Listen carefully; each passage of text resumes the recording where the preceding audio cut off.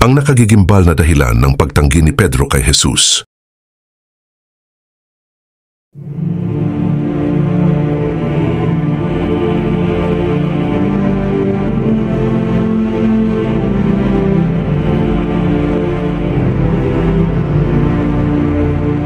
Alam mo ba na ang isa sa pinakamalapit kay Jesus ay siya ring nagtaksil sa kanya ng 3 beses? Ngunit ang mas nakakagulat ay hindi siya itinakwil ni Jesus, bagkus siya pa ang binigyan ng pangalawang pagkakataon para baguhin ang mundo. Ito ang kwento ng isang mangingisda na naging haligi ng pananampalataya.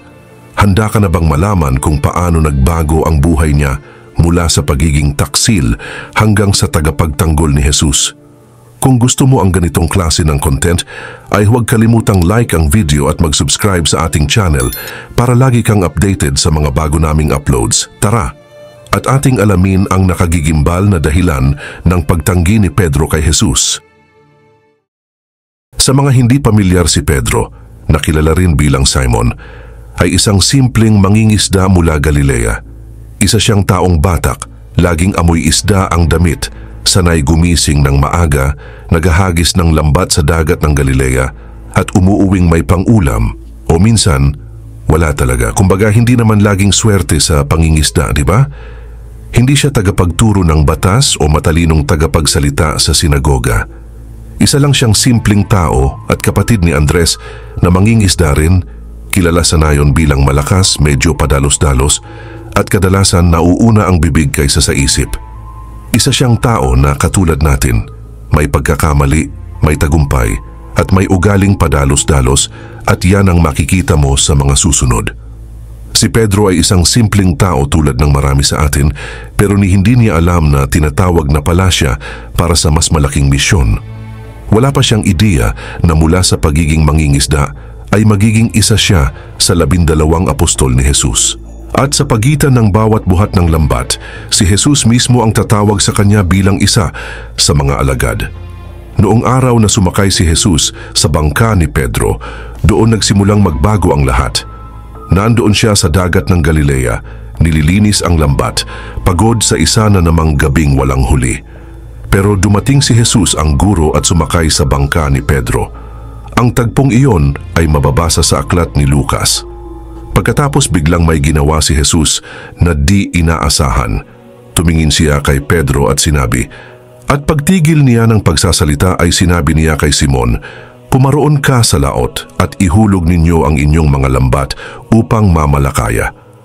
Sumagot si Pedro at sinabi, at sumagot si Simon at sinabi, Guro, sa buong magdamag ay nagsipagpagal kami at wala kaming nahuli.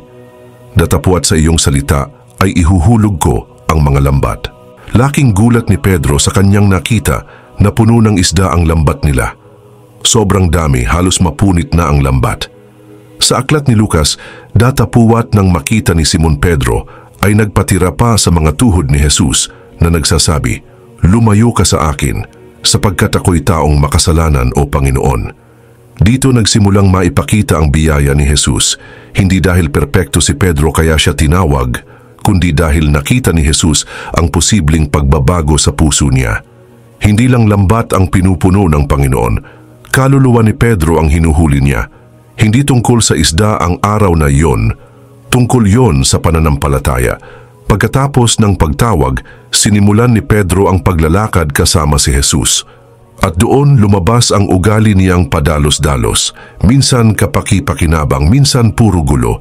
Si Pedro yung tipo ng disipulo na laging una sa kilos, madalas hindi muna iniisip ang consequences. Hindi na ang dagat ng Galilea ang hangganan niya.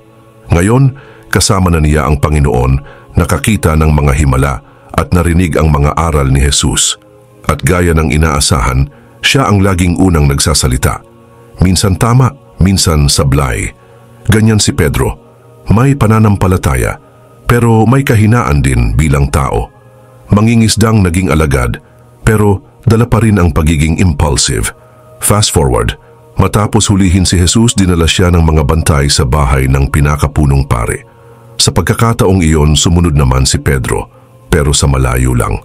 Nang makasindi sila ng apoy sa gitna ng bakuran at naupo ang mga tao sa paligid para magpainit, sumama rin si Pedro sa kanila. Habang nag-aapoy ang apoy, may isang alilang babae na tumingin kay Pedro. Napansin niya ito at sinabi, "Ay, kasama rin ito ng taong yon." Pero sa kasamaang palad agad itong itinanggi ni Pedro, "Hindi ko siya kilala." Makalipas ang ilang sandali, nakita siya ng isa pang lalaki at sinabi, "Isa ka rin sa kanila." Sumagot si Pedro, "Hindi ako." Pagkalipas ng halos isang oras, may isa pang nagsabi, "Sigurado akong isa ka sa kanila. Galilean ka eh." At sagot ni Pedro, "Hindi ko alam ang sinasabi mo." At sa mismong sandaling iyon, tumilaok ang tandang. Pagkatapos nun, lumingon si Jesus at tumingin kay Pedro. Biglang naalala ni Pedro ang sinabi ni Jesus.